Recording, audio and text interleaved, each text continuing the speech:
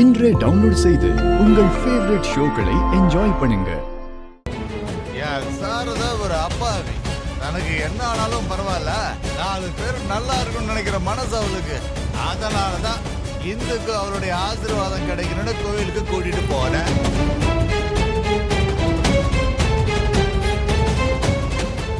அதுக்குள்ள அந்த அபூர்வா கோயிலுக்கு வந்து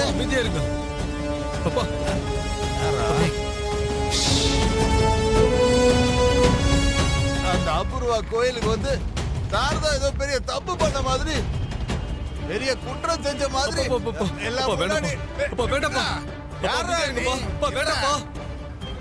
எல்லாருக்கும் முன்னாடியும் சாரதாவை அது கோயில்ல வச்சு என்ன பண்றீங்கன்னு உங்களுக்கு புரியலப்பா. ஏய் அமைதியா நீ சொல்லு. அந்த கோயில் சன்னதியில எல்லாரும் முன்னாடியும் சாரதாவை இப்ப இதெல்லாம் தேவையா? தேவதா அங்க நடந்தது சின்ன விஷயமா?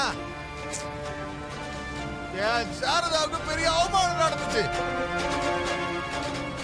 அதெல்லாம் ஒண்ணு இல்லண்ணா. அப்பா நீ எல்லாத்தையும் நாசம் பண்ணத ப்ளீஸ் பா. அப்பா அவன் அப்படிதான் சொல்லுவான், நீ சொல்லு. அப்பா ப்ளீஸ் பா. Don't touch. Get out. நான் சொல்றேன், நீ கேளு.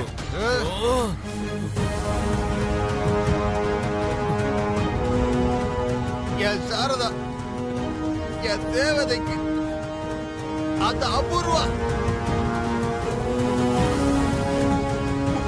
கொண்டாடிக்க முயற்சி பண்ண கொண்டாடிக்க முயற்சி பண்ண கொண்டாடிக்க முயற்சி பண்ண கொண்டாடிக்க முயற்சி பண்ண கொண்டாடிக்க முயற்சி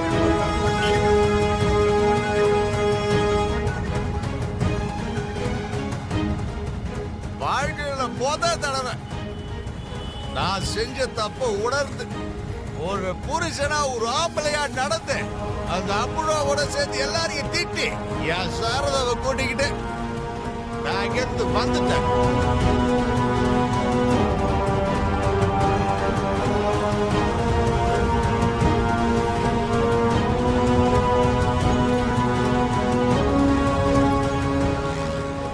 இனிமேல் அந்த வீட்டுக்கு போக மாட்டேன், வாசல மிதிக்க மாட்டேன்.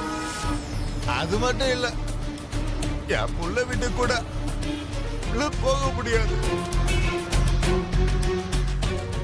ஏன்னா அவனை வர விட மாட்டான்.